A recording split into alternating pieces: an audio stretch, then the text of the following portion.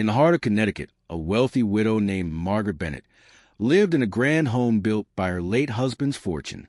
Proud, elegant, and set in her ways, she carried herself like a queen and expected everyone around her to do the same. Her only son, Ethan Bennett, was the pride of her life, a young man who took over the family business and expanded it, becoming a self-made millionaire in his early 30s. But there was one thing Margaret couldn't stand: his wife, Clara. Clara was everything Margaret was not: warm, humble, soft-spoken, and raised from a modest background. She worked her way through college, volunteered at community centers, and never flaunted wealth.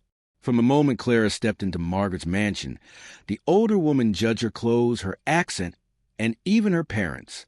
"Ethan, darling," she once said sharply, "you could have married someone from your class. Not her." Ethan would smile patiently. "Mom, you'll see. Clara has a heart of gold." Margaret didn't believe him. Not until one Mother's Day. Never judge someone by their background. Kindness hides in unexpected hearts. Watch this story to the end. Like, share, and subscribe for more stories that remind us what truly matters. It was a bright Sunday morning, and the Bennett mansion buzzed with visiting relatives. The air smelled of roses and expensive perfume. Everyone came to celebrate Margaret, the family matriarch. Clara had been in the kitchen since dawn, baking her mother-in-law's favorite lemon pie, arranging flowers, and making sure every guest felt comfortable. But as she served drinks, Margaret made snide remarks under her breath. "Clara, dear, you don't have to play maid. I'm sure this isn't new to you." Some relatives laughed softly. Clara smiled politely, hiding the sting in her chest. Ethan noticed. When everyone gathered in the living room to open gifts, Ethan brought forward a small velvet box. "Happy Mother's Day, Mom." Inside was a diamond bracelet. Margaret gasped, smiling. "Oh, Ethan, it's beautiful.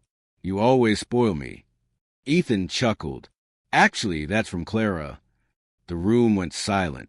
Margaret's smile froze. "From her?" she said, trying to laugh it off. "My, that's generous, considering she doesn't work." Ethan's eyes darkened, but he said nothing for now. Over the next few weeks, Margaret's disdain only grew. When she visited Ethan's home, she criticized Clara's cooking, decor, even her charity work. "You waste too much time helping poor people. You should learn how to act like a Bennett." Clara would nod quietly. But what Margaret didn't know was that Clara was far more powerful than she seemed. Before marrying Ethan, Clara had inherited a vast investment portfolio from her late grandfather, a quiet billionaire known for funding schools and hospitals anonymously. Clara kept it secret, wanting love for who she was, not for her fortune. Every month, she secretly sent Margaret $10,000 through a family foundation Ethan helped manage, under the name Grace Foundation.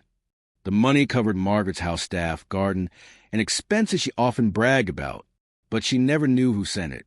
Until the day Ethan decided she needed to learn the truth. Mother's Day returned the following year. The family once again gathered for lunch.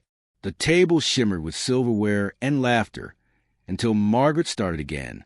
"Clara, maybe next year you'll learn to dress more appropriately. Ethan's friends might think you're his secretary." The table went silent.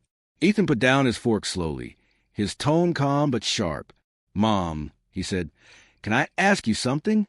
Margaret looked up, slightly annoyed. "Of course, dear. Do you like the $10,000 you get every month from the Grace Foundation?" Her face softened immediately. "Oh, yes. That's been a blessing ever since your father passed. I don't know who those kind people are, but they've kept this house running." Ethan smiled faintly, then turned to his wife. "Clara, do you want to tell her who Grace Foundation really is?" Clara's voice trembled, but she met her mother-in-law's eyes. "It's me, Mom. I've been sending it to you every month since you lost your husband. I just wanted to help." The entire table froze. Margaret's fork clattered onto her plate. Her face turned pale. "Why you? But how?" Ethan leaned forward, his tone firm but filled with disappointment. "Clara never wanted you to feel indebted. She wanted you to have peace. She's been quietly helping, even when you mocked her." Tears welled in Clara's eyes. "I didn't want you to know. I just wanted you to feel loved."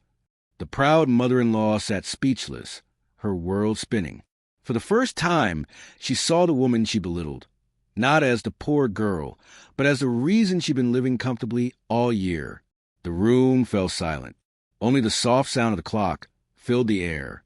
Finally, Margaret stood and walked toward Clara. Her voice shook. "I've been cruel and blind. You gave without expecting anything. I don't deserve that kind of kindness." Clara smiled gently. "Your family, that's what matters." Margaret's eyes glistened. She reached out and hugged her daughter-in-law for the first time. Everyone in the room clapped quietly, moved by the moment. Even the housekeeper, who'd witnessed years of tension, wiped a tear.